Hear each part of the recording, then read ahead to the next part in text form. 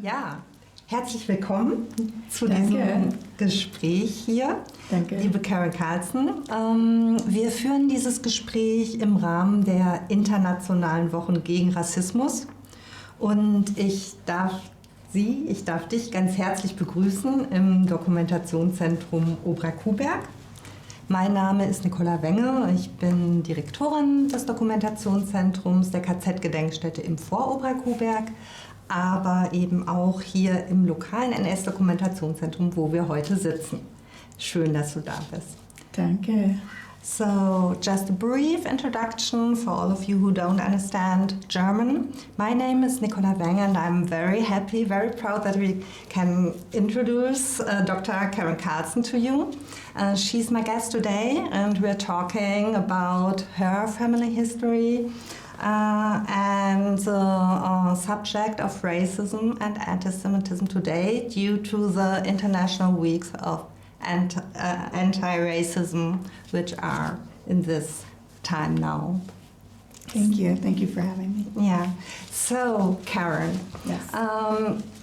We invited you because you have a personal, very personal history, which is your family history is connected with anti-Semitism and with racism. You live actually in Chicago, but you're in Ulm for searching your family history. And I would like to ask you to introduce you a little bit more. But I just introduce it in German so that people who cannot understand English also can understand what I was asking you the first question. Sounds great. Thank you. Also, wir haben Karen Carlson eingeladen, weil sie eine sehr persönliche Verbindung zum Thema Antisemitismus und auch Rassismus hat.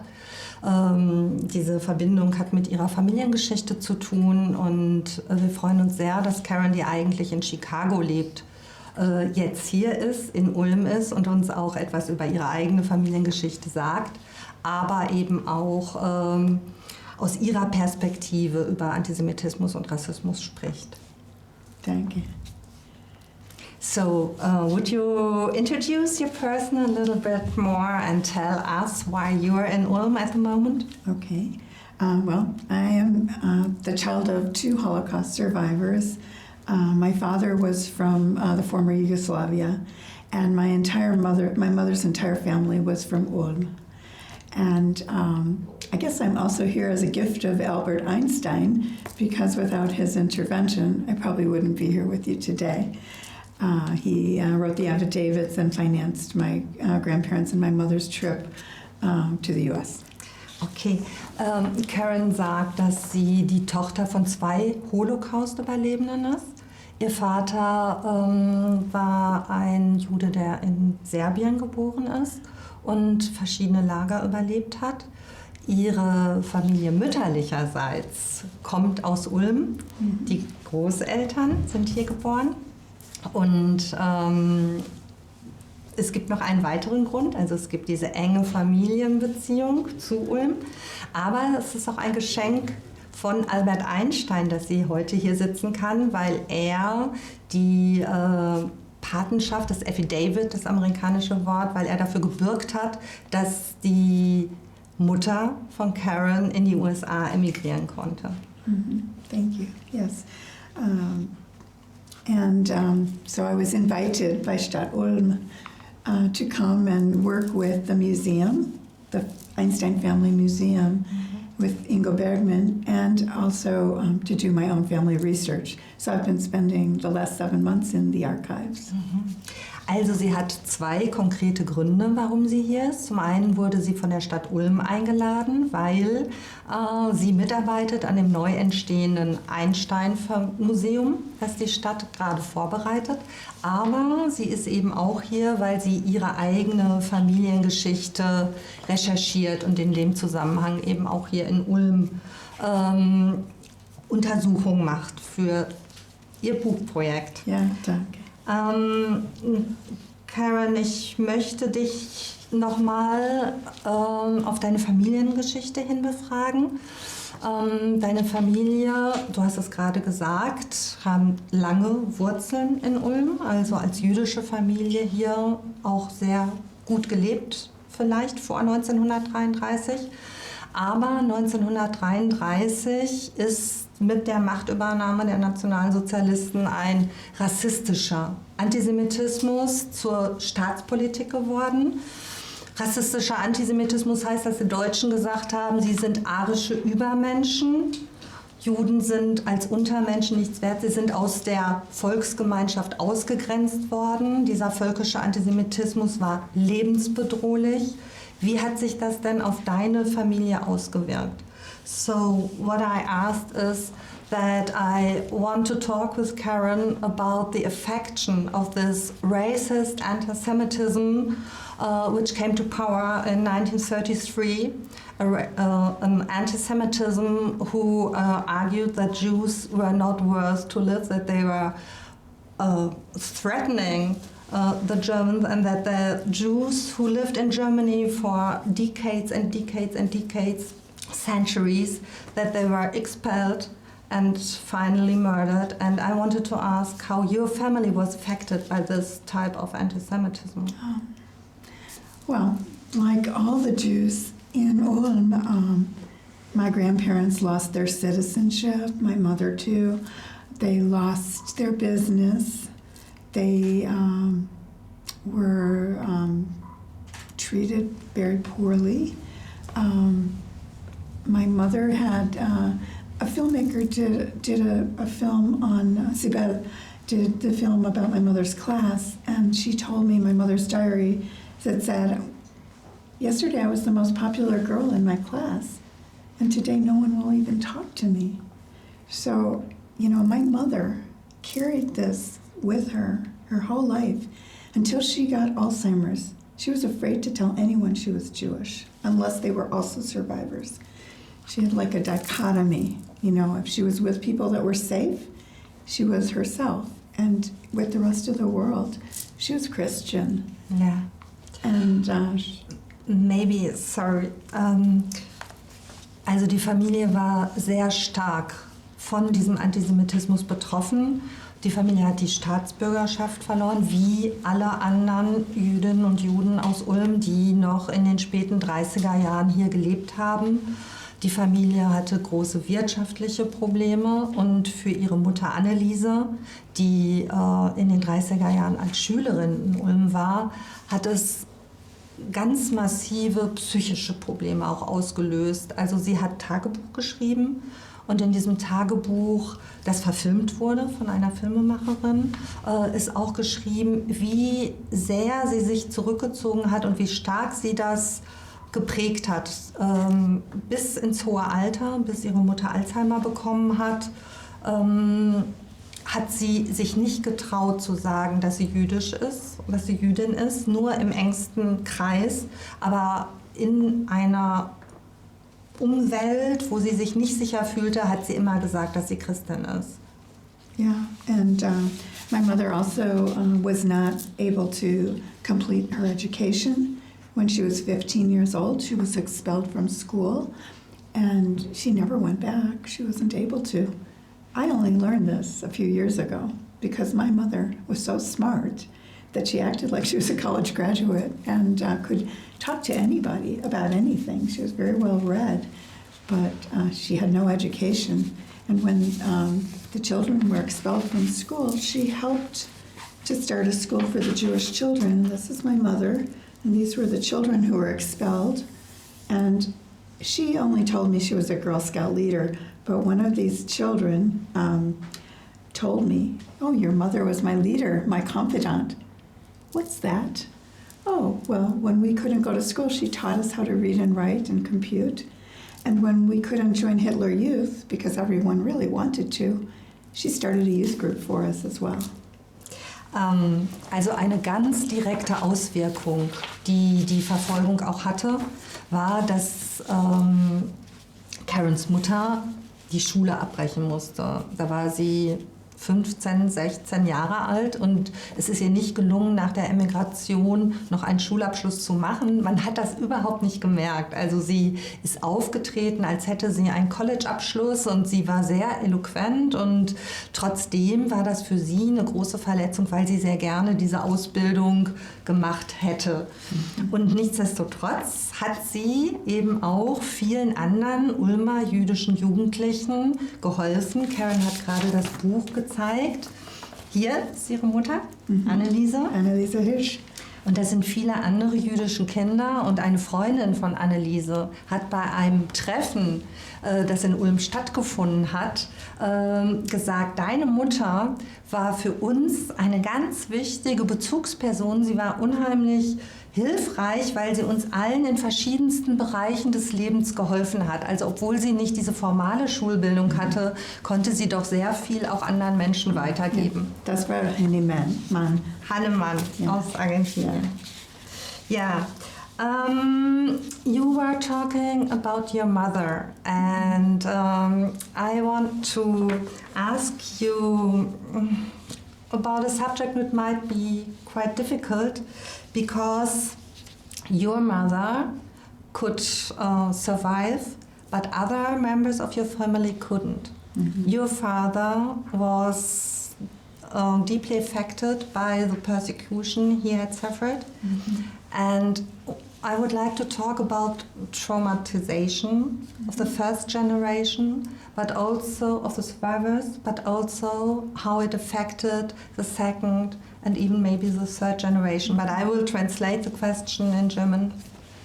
Karen hat ja gerade über ihre Mutter gesprochen und wie stark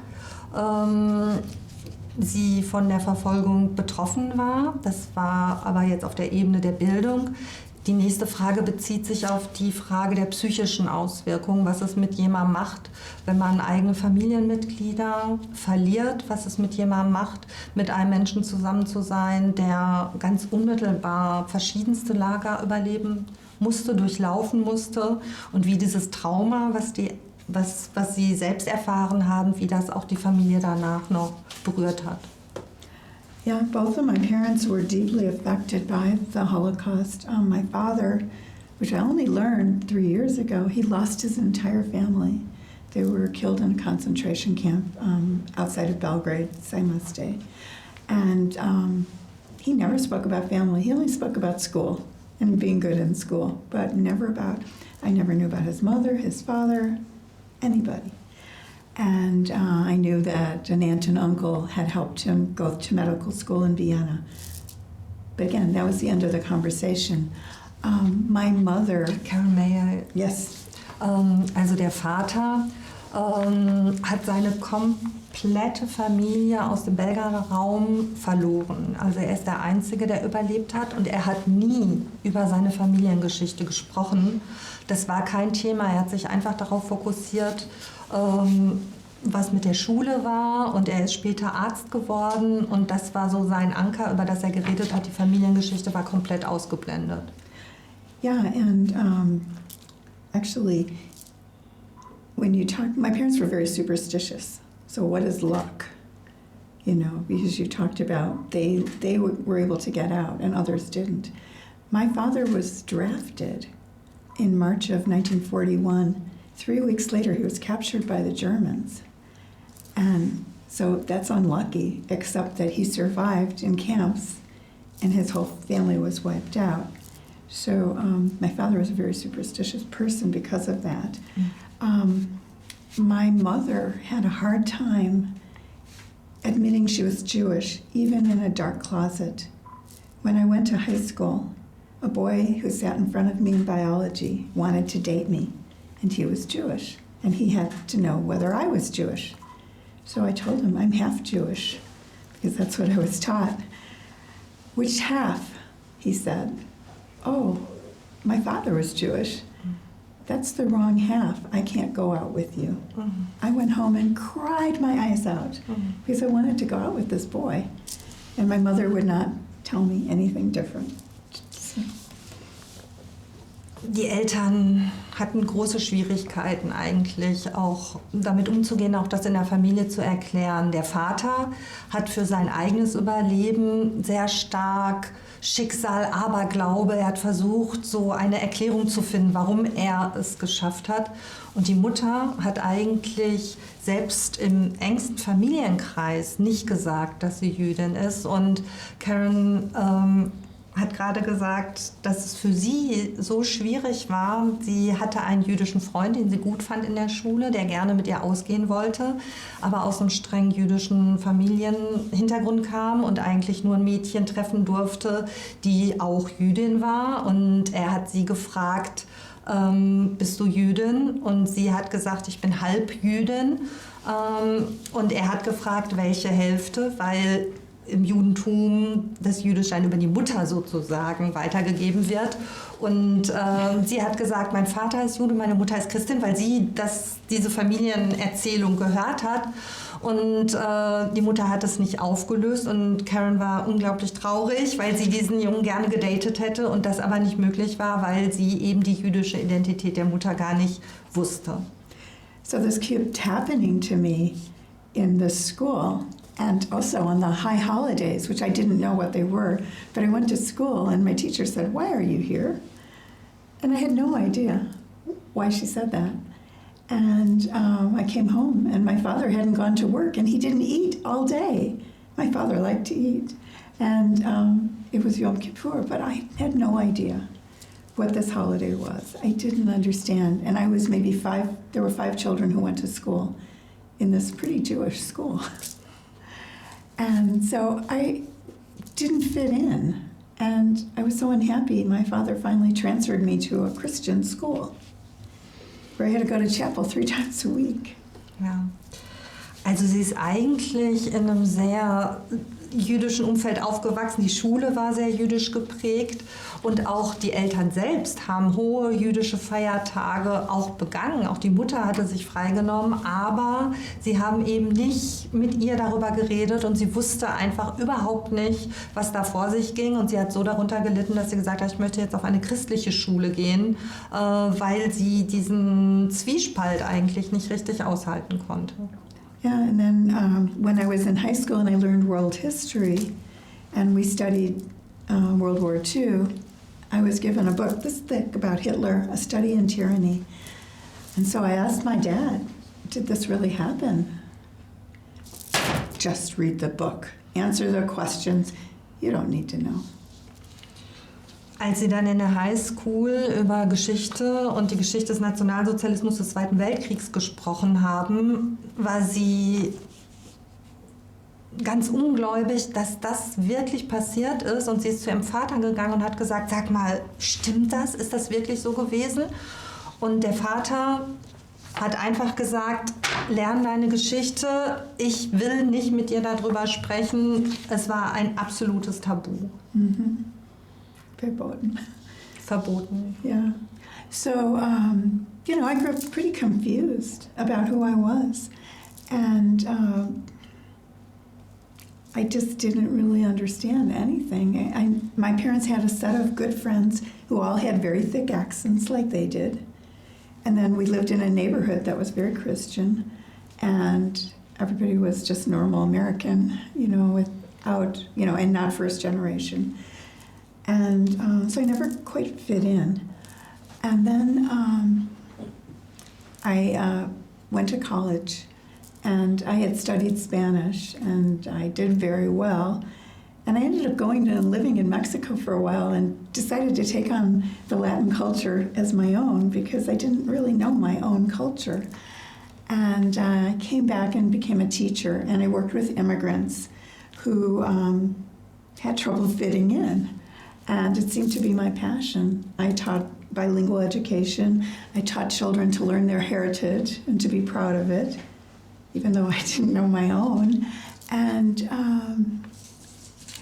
you know, my entire career, 40 years in the education field and social policy field, was all about trying to level the playing field for poor children, children who had disabilities, children who were outside the mainstream and to help bring them and their families into the mainstream to adjust. And ich hoffe, ich kann das jetzt übersetzen. Also sie sagt, als sie dann aufs College gegangen ist, hat sie auch da wieder gemerkt, die ganze Familie auch so rein von der Sprache, dass es eigentlich einen schweren Akzent gab und dass sie eigentlich mit dieser ganzen amerikanischen Identität, so dieses Natural Born, dass sie da schon auch anders ist, aber es wurde eben eigentlich nie wirklich thematisiert und sie konnte für ihre eigene Identität eigentlich da nicht eine wirkliche Sicherheit gewinnen und das hat sie auch in ihrer beruflichen Laufbahn sehr geprägt und sie ist einige Jahre nach Mexiko gegangen. Sie hat sich für eine berufliche Karriere entschieden. Das habe ich noch gar nicht gesagt, noch gar nicht vorgestellt. Sie ist promovierte Politikwissenschaftlerin mit einem Schwerpunkt auch auf Soziologie. Sie hat aber auch im pädagogischen Feld gearbeitet und zwar immer mit Menschen, die irgendwie benachteiligt waren, mit Migranten. Es war ja einfach ein totales Thema, dass Menschen ihre Identität entwickeln können und auch, obwohl sie noch gar nicht genau wusste, was mit ihrer eigentlichen Identität war. Yeah, and then when I got married, my mother was so excited about me marrying my first husband, who was very WASP, white Anglo-Saxon Protestant.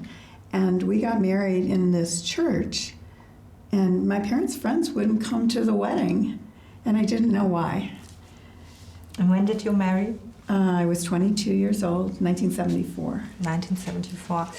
Als sie 1974 geheiratet hat, ein sehr WASP, also White, ja, Christian, genau, US-Amerikaner, sehr christlich, da sind die Freunde ihrer Eltern nicht zur Hochzeit gekommen und sie hat sich gefragt, warum sind sie nicht da, aber auch da keine Antwort darauf bekommen. Wann hast du denn dann eigentlich erfahren, wie deine Familiengeschichte, dass deine Mutter Jüdin ist? Wie ist es denn dann sozusagen rausgekommen, in Anführungszeichen? Well, when I was 18, I finally figured out my mother came to America and lived with Albert Einstein, and he was her mother's cousin, that we must have been Jewish. So I asked my father, and he said, I wouldn't have married your mother if she weren't Jewish. So I'm 18 and I now know I'm Jewish, but I don't know anything about Judaism. And I got this deep impression that it wasn't so good to be Jewish. So I kept hiding because my mother loved that my name became Carlson. This was such a non-Jewish name. And my mother-in-law, my husband's mother, was very upset that he married me because where she grew up in Hyde Park, there were signs, no Jews, no blacks, no dogs. Also, sie war 18, als sie erfahren hat, dass ihre Mutter Jüdin war. Aber ihre Mutter hat ja alles versucht, sozusagen das Jüdischsein wegzuschieben. Und als sie dann geheiratet hat, hat auch die Familie ihres Manns sehr negativ reagiert, dass jetzt ihr Sohn eine Jüdin geheiratet hat. Dazu muss man wissen, dass in den USA in der Zeit, in den 60er, frühen 70er Jahren, aber vor allen Dingen in den 60ern, vermute ich, es wirklich Schilder in den Parks gab, keine Juden, keine Schwarzen, keine Hunde. Also ein ganz massiver Antisemitismus und Rassismus. Yeah, so here I am very, very confused, and I didn't really know who I was at all, but I just kept taking on the Latin culture. I just decided to own it and leave the rest alone because I got, my mother said, we were so integrated. We were part of German society. We were German, probably more German than the Germans. And so it was complicated. And on Christmas Eve, my mother would go take us to get a Christmas tree, which my dad would allow for one day, 24 hours, and then it came down. Ja, also Karen war einfach extrem verwirrt, auch auf die Art und Weise, wie zum Beispiel Feiertage begangen wurden. Die Mutter wollte unbedingt Weihnachten feiern. Sie hat sehr stark an ihrer deutschen Identität gehangen. Sie war Ulmerin von ganzem Herzen. Vermutlich fühlte sie sich deutscher als die Deutschen. Und es war für sie extrem wichtig, zum Beispiel zu Weihnachten Tannengrün aufzustellen. Und es muss aber einen ziemlichen Verhandlungsprozess zwischen den Eltern gegeben haben. Der durfte nämlich genau einen Tag sozusagen dann da sein. So I had 2 children, and I have 2 daughters. And the first one I named Christina Marie. And then my godmother, who was a Polish survivor, said, "You're supposed to," my father had died. And so she said, you really should name your child after your father. So then I changed it to Christina Alana. And today she only goes by Alana, but her name is Christina, a Christian name. And I sent my children to a brownie troop, a Girl Scout troop in Spanish. They went to camp in Mexico. They studied in Spain. I kind of had all these Latin American friends. So my daughter believed she was a Latin American girl. And then she got a job in college. And these Latin American girls in this health center said, "You are never going to be one of us." Karen beschreibt, dass diese Identitätsverwirrung eigentlich auch ihre Tochter betroffen hat. Also sie hat eine Tochter, Christina, was ja ein christlicher Name ist, und als Zweitname Alana. Und diese Begeisterung, die Karen auch hat für lateinamerikanische Kultur und für das Leben in Mexiko und Südamerika, hat sie auch an ihre Tochter weitergegeben. Und die hat sich so stark damit identifiziert, dass sie auch gedacht hat, das ist auch Teil ihrer Identität. Aber auf dem College ist sie dann mit wirklichen Latinas sozusagen zusammengekommen. Und die haben ihr gesagt, no way, das ist sie nicht. Ich mache jetzt mal einen Sprung. Karen, ich möchte nämlich von deiner Tochter Alana ein Zitat vorlesen, das aus einem Buch von Ingo Bergmann, das vom Dokumentationszentrum und vom Stadtarchiv herausgegeben ist, ein Interview mit Alana, mit deiner Tochter. Und darin schreibt sie: Meine gesamte Familie litt unter diesem generationsübergreifenden Trauma. Ich kann mich erinnern, dass ich oft Angst davor hatte, jüdisch zu sein, regelrecht angsterfüllt war. Es ist eine meiner Lebensaufgaben, mich als Jüdin zu identifizieren, meine Kinder mit einer jüdischen Identität großzuziehen und keine Angst vor dem zu haben, was ich bin. Ist das was du deiner Tochter dann gezielt nach diesen schwierigen Zeiten auch weitergegeben hast? Oder ist das was sie für sich neu entdeckt hat? Ich übersetze noch mal kurz. Karen mentioned her daughter Alana, and we published an interview with Alana in a book about November pogrom in Ulm in 1938. And in this interview, Alana says something which I want to quote. And she said, "My whole family was suffering under this intergenerational trauma. I can remember that I was very often afraid to be Jewish. That threatened me. I was afraid, and now it's the task of my life to identify myself as a Jew and to raise my children as Jews and not to be afraid anymore." And is this attitude something which you finally passed over to your daughter, or is it something that she adopted by herself? No, I think that by my sending her to all these things where she really believed she was Latina, her identity then was crushed when she was told she wasn't. Kind of like mine when I was in high school and the boy wouldn't go out with me. And so she ended up marrying a rabbi's son, and she's modern Orthodox. And they keep kosher. She has 2 sets of dishes, 2 sinks, everything. She won't even come. We celebrate Christmas, but as a very secular holiday in our house. And she won't even come if Hanukkah is on Christmas Day. She doesn't want her kids to be confused, which is difficult for our family. Es gab auch in Elanas Leben eben diese Situation, wo ihre Identität wirklich total angegriffen wurde. Bei Karen war es die Situation, als sie mit dem jüdischen Jungen ausgegangen ist und gemerkt hat, da stimmt was nicht. Bei der Tochter war es eben so, als die Latinas gesagt haben, nein, sie ist eben keine Südamerikanerin. Und dann ist sie sehr stark auf die jüdische Identität umgeschwenkt. Yes, and on the other hand, my other daughter, Erica, married a German from Rosenheim. Ja. And she has German children. Ja, also aber Elana hat einen Rabbinersohn geheiratet und ist auch praktizierende, modern orthodox, aber orthodoxe Jüdin, die zum Beispiel, wenn Weihnachten und Hanukkah auf einen Tag fällt, nicht Weihnachten feiert. Also für sie ist die Priorität ganz klar, wohingegen die andere Tochter Erika einen Deutschen geheiratet hat und spielt jüdisch sein für Erika eine Rolle oder ist das kein Teil ihrer Identität? Well, it's interesting because Erica is very Christian. She became Christian and her husband's name is Christian.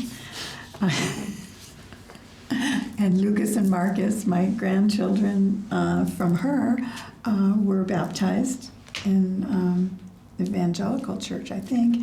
And I get confused about the sects, or Methodist maybe. And but and then it's a lot of conflict because I remember one Thanksgiving, which is an American holiday, big family holiday. Erica and Christian were coming to visit, and she was supposed to stay with her sister, Christina Alana. And then my son-in-law, David's parents, the rabbis, got very upset and wouldn't let them have a Christian in their house. So, I mean, you can imagine all the conflict with our family. You can translate that, and then I'll tell you more about Erica, because now the godparents of her children are also Jewish. Also Erika hat wirklich einen ganz anderen Weg gewählt. Ihr Mann ist sehr christlich, sie selbst ist sehr christlich, symbolisch vielleicht, dass er auch noch Christian heißt. Und sie praktiziert das eben auch sehr stark und es bedeutet einfach diese unterschiedlichen Lebenswege, dass das eben auch durchaus konfliktreich in der Familie ist. Karen, as we talk about anti-Semitism and racism in this context of the International Weeks Against Racism, I would focus on the last part of our talk on the situation of today and how your family experience the situation. What do you think about, is it becoming more difficult to be open Jew? But I also might add that your husband, Don, is a person of color, and you live now for months in Germany, and you know the situation in the US, 7 months. What would you say about the situation today? Noch kurz, wir wollen noch mal einen Themenwechsel auch machen, weil wir dieses Gespräch ja jetzt im Rahmen der Internationalen Wochen gegen Rassismus führen. Und ich habe Karen einfach gefragt, wie sie die Situation heute einschätzt, auch vor dem Hintergrund, dass ihr Mann Don Person of Color ist und sie einfach jetzt sowohl in Deutschland als auch in den USA zur Frage Rassismus und Antisemitismus einfach auch viel sagen kann. Well, we have a very multicultural family. As you said, my husband Don is from Honduras, the Republic of Honduras. He's a black Latino. And so I have 4 stepchildren who are black and 2 grandchildren who are also multiracial. And so for me, I think that's exciting and good because I think that I'm trying to overcome all racism. Also sie sagt, dass sie tatsächlich eine sehr Multikulti-Familie hat. Ihr Mann kommt aus Honduras. Sie haben insgesamt 4 Stiefkinder, die eben auch Person of Color sind, und sie empfindet das als eine große Bereicherung. So I can tell you that my husband feels really comfortable in Germany because he says that when he walks down the street at night, women don't cross the street. In America, they do. They're afraid of him. Not everywhere, but in a lot of places they are. And so he experiences racism, and I experience it through him. We have been places where we weren't served in restaurants or we were treated poorly. And so as a white person, I still experience that, and I'm very sensitive to slights. Now here in Germany, maybe just because that I don't get lost. Sie sagt, dass ihr Mann sich hier in Deutschland eigentlich wohlfühlt, weil, wenn er zum Beispiel abends durch die Straßen geht, es nicht passiert, dass Frauen die Straßenseite wechseln, weil sie ihm eben unterstellen, dass er ihnen was antun könnte. In den USA passiert das wesentlich öfter, und Karen ist eben einfach auch sehr sensibilisiert und erlebt auch viele Situationen, wo wirklich Rassismus auch noch den Alltag prägt, und das eben auch beide doch sehr deutlich erfahren. You know, in the U.S., I have experienced, reverse racism. I've experienced racism for being Jewish. When I finally decided at work I would claim it, I've experienced racism because of it. And I also worked in an entirely black community, and I experienced reverse racism there, where people just make assumptions about who you are, even though I'm married to a black man. And Karen sagt, dass sie eigentlich aus verschiedenen Perspektiven selbst auch Rassismus erlebt hat. Zum einen, als sie sich dann auch als Jüdin geoutet hat und da auch bestimmte Stereotypen ihr einfach in der Situation entgegengekommen sind, aber auch, als sie in einer rein schwarzen Community gearbeitet hat, wo er auch einfach Vorurteile eben als Weiße sozusagen dann. Yeah, and in my career as a bilingual teacher, I worked tirelessly for the rights of these Latin American people. But when it was time for promotion, I was white. I was never going to be a Latina like my daughter. And so I was never the one that would be promoted to that position in bilingual education. And that's why I went to more general education after that. Here in Germany, when I became a citizen of Germany in August. I tried for 20 years. I finally became a citizen. And when we registered with Stadt Ulm, the woman that interviewed us, us meaning me and my husband, she only talked to me. It's like he wasn't there. And she only asked the questions of me. And she made assumptions. Like then she asked, what my religion was. And to be honest, I was just terrified to say anything. So I said, Christian. And then my husband said, Karen, that's not why you're here. And so I said, okay, no, I'm Jewish. But why do you need to ask me? Oh, it's because you won't pay taxes. But I feel very terrified because I know if National Socialism would come back, all you have to do is push a button and you can find all the Jews in Ulm and find me at my address.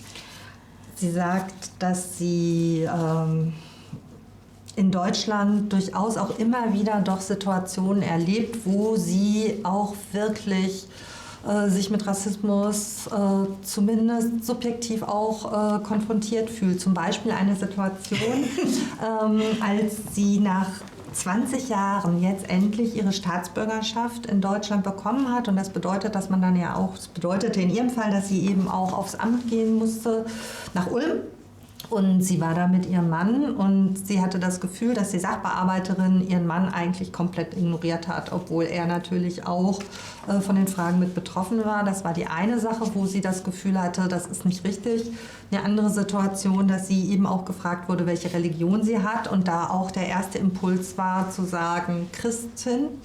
Dann aber doch gesagt hat, sie ist Jüdin, aber mit einem sehr großen Unwohlsein. Und zwar aus dem Grund heraus, wenn nochmal ein neues Regime, ein neues neonazistisches nationalsozialistisches, antisemitisches Regime kommt, über diese Auskünfte sofort wieder der Zugriff auf sie möglich wäre und das doch für sie eben einfach auch beängstigend ist.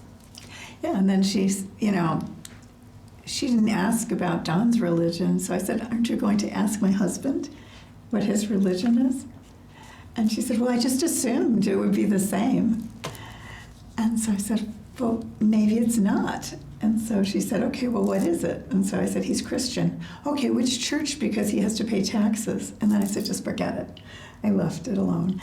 But, I felt tagged here. And then, let's see, I had another thought. Well, translate that.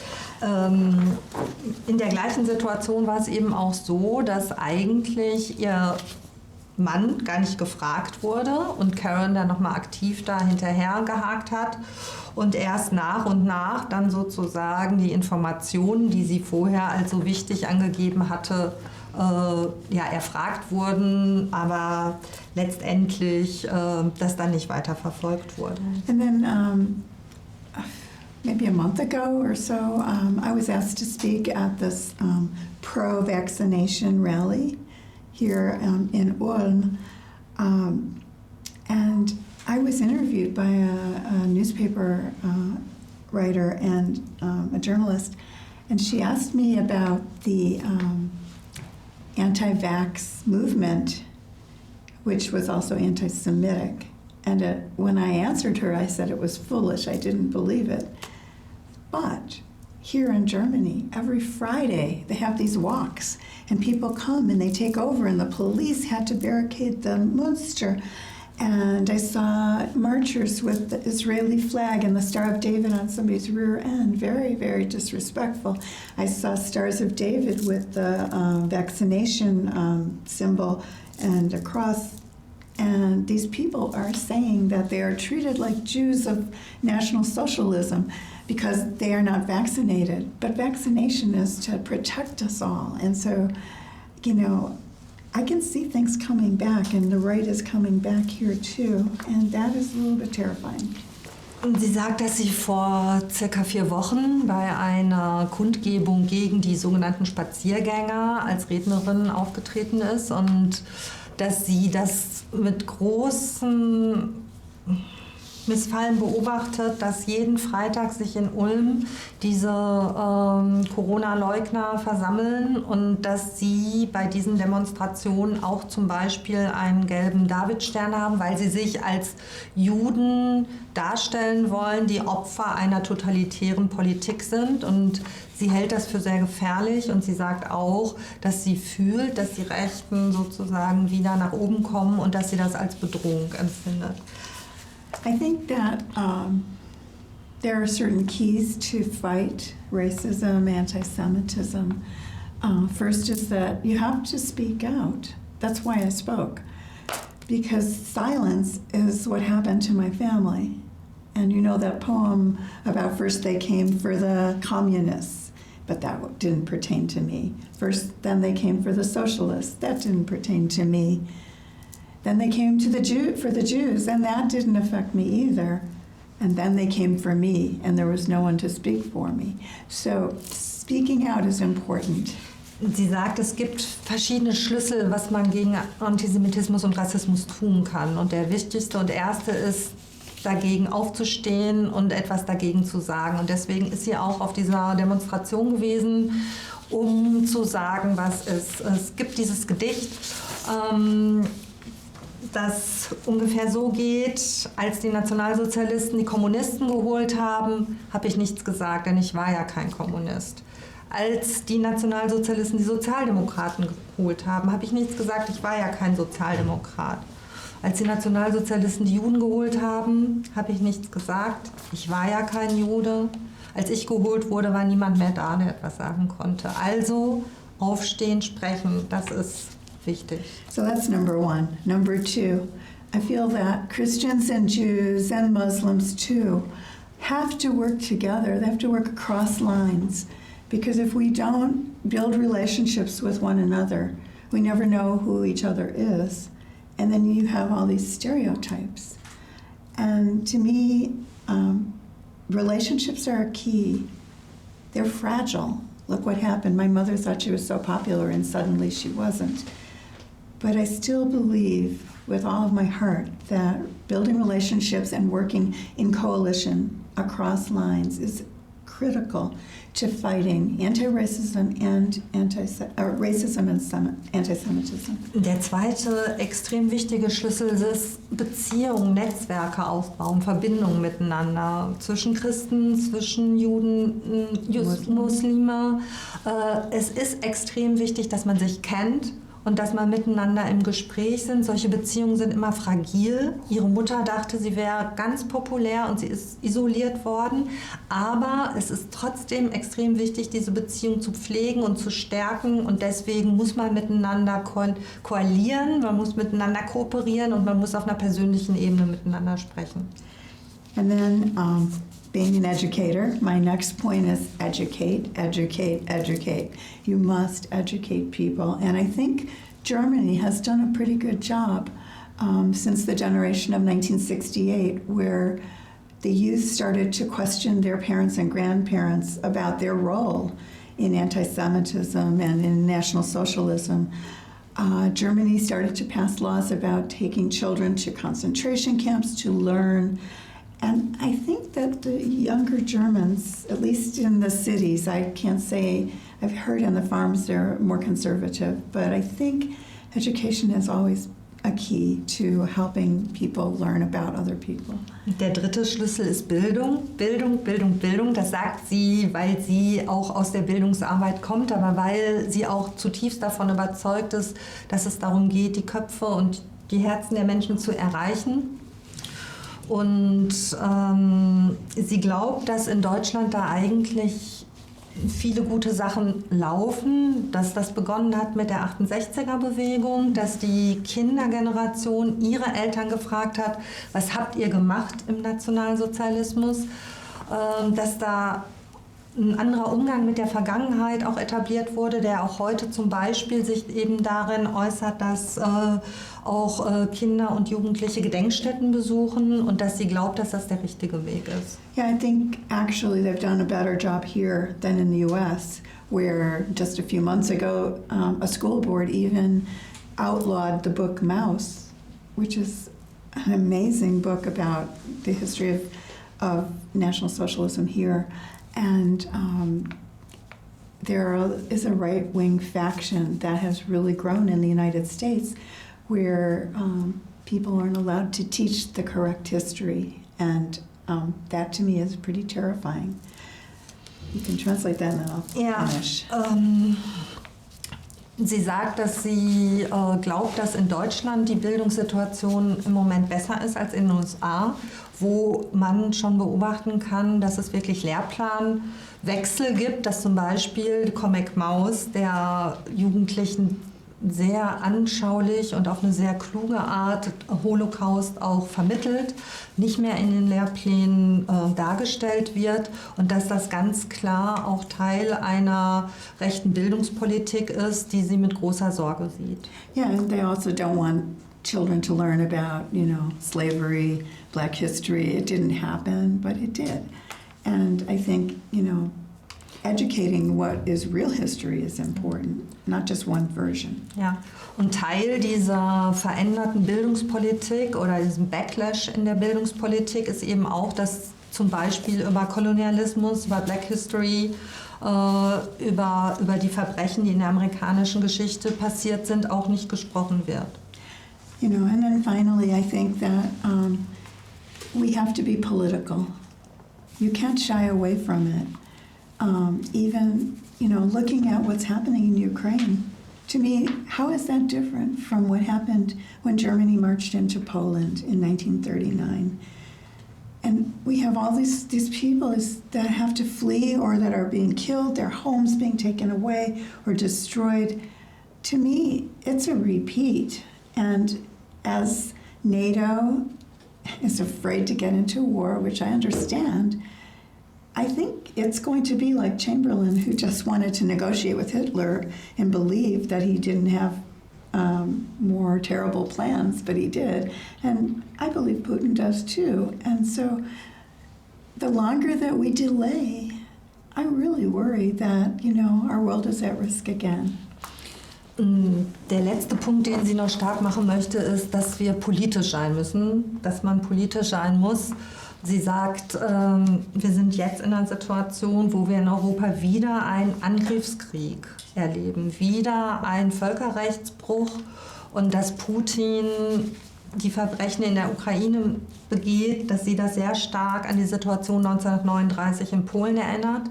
Und dass die große Frage ist, wie reagiert man auf diesen Bruch? Jetzt sind wieder so viele geflüchtete Menschen unterwegs, die nicht wissen, was mit ihrer Zukunft sein wird. Und dass es einfach wichtig ist, zu sagen, wir müssen mit dieser Situation umgehen, wir müssen auch da was dagegen tun. Yeah, we have to stand up for humanity. Wir müssen für Menschlichkeit aufstehen. Und ich denke, das ist ein sehr großes und sehr wichtiges Schlusswort, Karen. Danke, dass du uns an deinen Gedanken, an deiner Familiengeschichte hast teilhaben lassen. Und wir möchten alle Menschen ermutigen, gegen Rassismus und gegen Antisemitismus aufzustehen. Und vielen Dank für das Interesse an dem Gespräch, aber natürlich vielen Dank dir für deine Offenheit. Danke dir. Ja. Standing up for humanity, that's the big task that we all have to follow, and we thank you. We are now finished with this talk. We thank Karen for her openness. Thank you. Sharing her history with us, but we would also like to encourage everybody to stand up against anti-Semitism and racism. Thank you.